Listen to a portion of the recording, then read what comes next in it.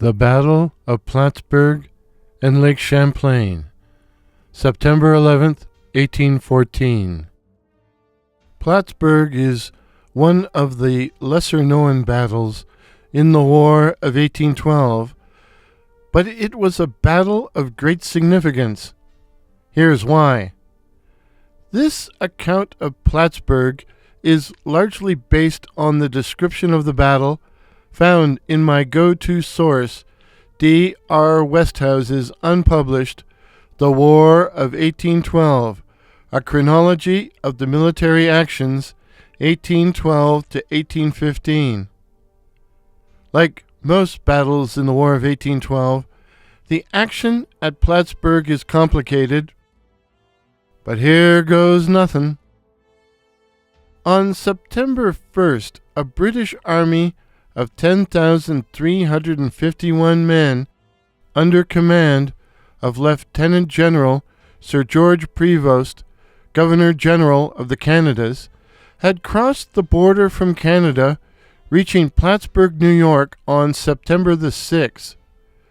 Earlier, in August 1814, American General George Izard had, under protest, marched his army of 4,000 to Sackett's Harbor, leaving Plattsburgh defended by a force of only 3,500 militia and men unfit for duty under the command of General Alexander Macomb. The cautious Sir George believed he needed the help of the Royal Navy to ensure a successful assault, Plattsburgh being on Lake Champlain. But the sailors were not ready, much to Sir George's displeasure. Thus the British army dug in and waited, while the Yanks also dug in and built up both their defenses and their number of defenders, i.e., they got more troops. The naval battle began at around 9 a.m. on September 11th with the attack of the British squadron, even though their commander, Captain Gordon Downie, not to be confused with the singer, believed his men, some of whom were not actual sailors and who were largely untrained, were not ready for action, but Prevost had been insistent. Downie's ships included the recently completed 37-gun Confiance, the 16-gun Linnet, Chubb 11 guns, Finch 10, plus 12 gunboats. Their adversary, the American squadron under Master Commandant Thomas Macdonough, featured the 26-gun Saratoga, Eagle 20, Ticonderoga 17, Preble 7, and 10 gunboats. In the words of D.R. Westhouse, quote, "Having arrived days before the British, Macdonough had anchored his command to force the British to come to him and allow his vessels to react quickly and turn either broadside to bear as needed." End of quote. Wikipedia notes, quote, "The ships were anchored in line from north to south in the order Eagle, Saratoga, Ticonderoga, and Preble. They had both bow and stir anchors with springs attached to the anchor cables to allow the ships to be slewed through a wide arc. Macdonough had also laid out extra kedge anchors from the quarters of his flagship, Saratoga, which would allow him to spin the ship completely around." End of quote. The British ships attacked head-on, and for 2 hours both sides slugged it out, and, according to Westhouse, quote, "The wind died down, reducing the ability of the British to maneuver. With the ships engaged at close quarters, the Americans, with their short-range weapons, took the upper hand." End of quote. One by one, the British ships struck their colors and surrendered, Captain Downie having been killed early in the engagement when he was crushed by a cannon knocked from its mount by a shot from the Saratoga. On land, the attack did not begin until 10 a.m., but when Prevost learned the Navy had lost, he called the whole thing off and ordered a retreat, despite the fact his troops outnumbered the Americans 3-1. Overall, on both land and water, the U.S. loses 84 dead and 121 wounded, the British 92 killed and 147 injured. But the Redcoats also suffer some 300 deserters, some of whom will no doubt join the other team.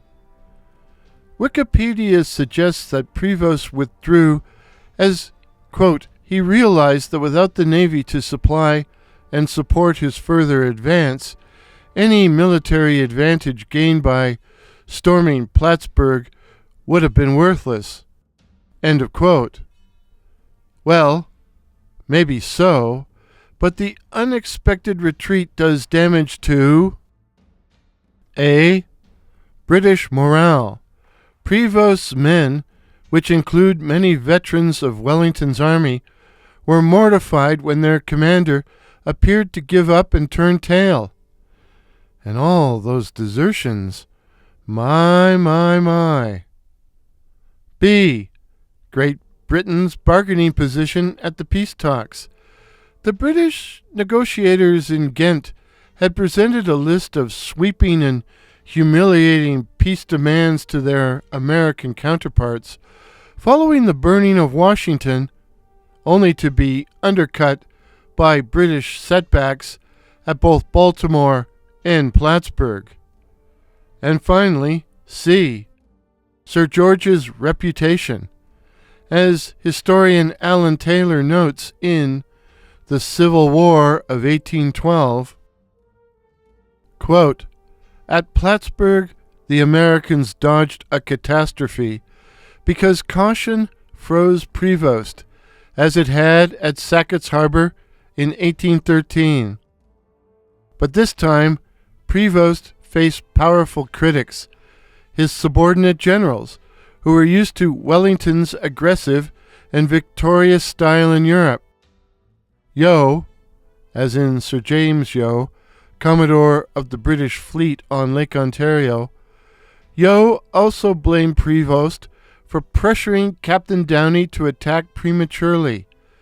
Prevost's military critic found political allies in Canada's militant Anglophones who resented his generous treatment of French Canadians. A vicious letter-writing campaign by the critics spilled into the previously docile Canadian press. Some writers revived the canard that Prevost was a closet traitor, as his parents were American. Actually, they were Swiss. And true Republicans. Dismayed by the infighting, the imperial lords would recall both Prevost and Yeo to England in the spring. End of quote. D.R. Westhouse suggests that the unexpected defeat handed control of Lake Champlain to the Americans and disrupted British plans to, quote, drive a wedge between New England and the rest of the United States. End of quote. All gone. All gone. Thus, Plattsburgh, whilst one of the lesser-known battles of the War of 1812, was an engagement of great significance. Sir George Prevost was a physically brave man, but he appears to have been better suited to the role of political administrator as opposed to military commander. In the words of historian Wesley B. Turner, quote, when leading in combat, Prevost had demonstrated his overwhelming concerns to avoid defeat and preserve the army rather than to battle on under difficult conditions. End of quote. In other words, sure victory without casualties or risk. If only it was that easy. But what do you think, dear listeners? What is your opinion of the leadership of Sir George Prevost? Why did he retreat at Plattsburgh? Please share your thoughts in the comments below. If this is your first visit to 1812 channel, please consider subscribing. My name is Warren, and I'm your host. I'm not a historian, nor am I an expert on the War of 1812. Instead, I'm a student wishing to learn about the conflict. So please subscribe, drop a like, or comment. Let's turn this channel into a discussion community about the War of 1812. Did I miss anything? Any errors? Then let me know in the comments below. And when the barrage lifts, cheers!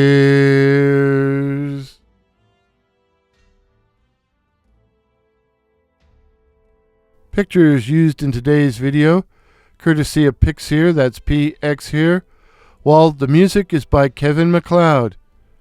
I just haven't figured out which piece I'm going to use yet, but I'll let you know in the description.